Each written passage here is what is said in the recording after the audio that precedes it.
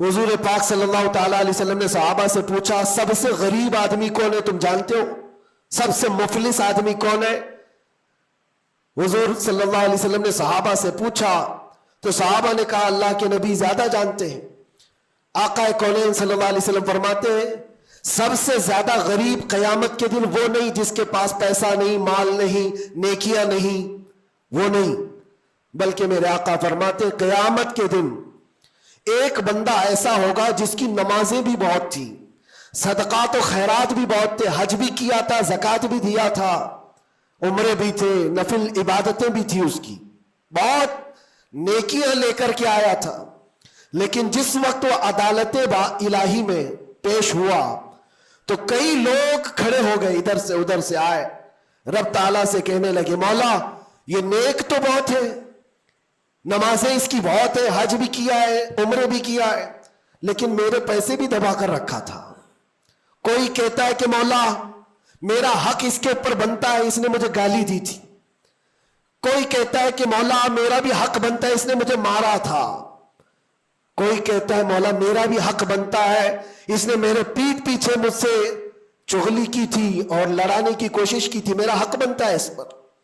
तो ये सारे हक तलब करने वाले बंदे खड़े हो जाएंगे उसके खिलाफ जो नेकोकार था। अल्लाह ताला फरमाता है, तुम लोगों को इससे क्या चाहिए? सारे बंदे कहते हैं मौला हम तो गुनहगार हैं, नेकियों की कमी है, इसके पास नेकियां ज्यादा है, इसकी नेकियां हमें दिला दे।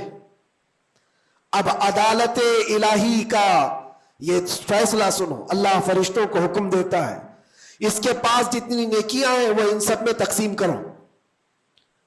जितनों का हक इसने दबा रखा है सब में इसकी नेकियां बांटी जाए।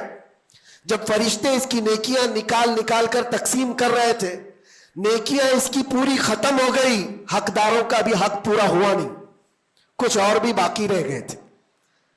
वो कहने लगे मौला हमारा भी हक है इसके ऊपर, हमारा भी इसने माल रखा है। अल्लाह ताला फरमाता है अब उसके पास तो नेकियां पूरी खत्म हो गई, तुम चाहते क्या हो?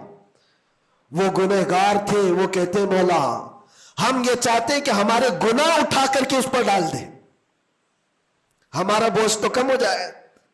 हुक्म होगा रब ताला का कि इसके ऊपर उनका हक बनता है, लिहाजा उनके गुनाह उठा उठा करके इसके ऊपर डालो। हदीस पाक में मेरे आका फरमाते हैं, लेके तो चला था बहुत सारी नेकियां, लेकिन वहां सब बट गई, उल्टा दूसरों के गुनाह अपने सर पर ले लिया और सीधे उसको फरिश्ते जहन्नम में लेकर जाते हैं।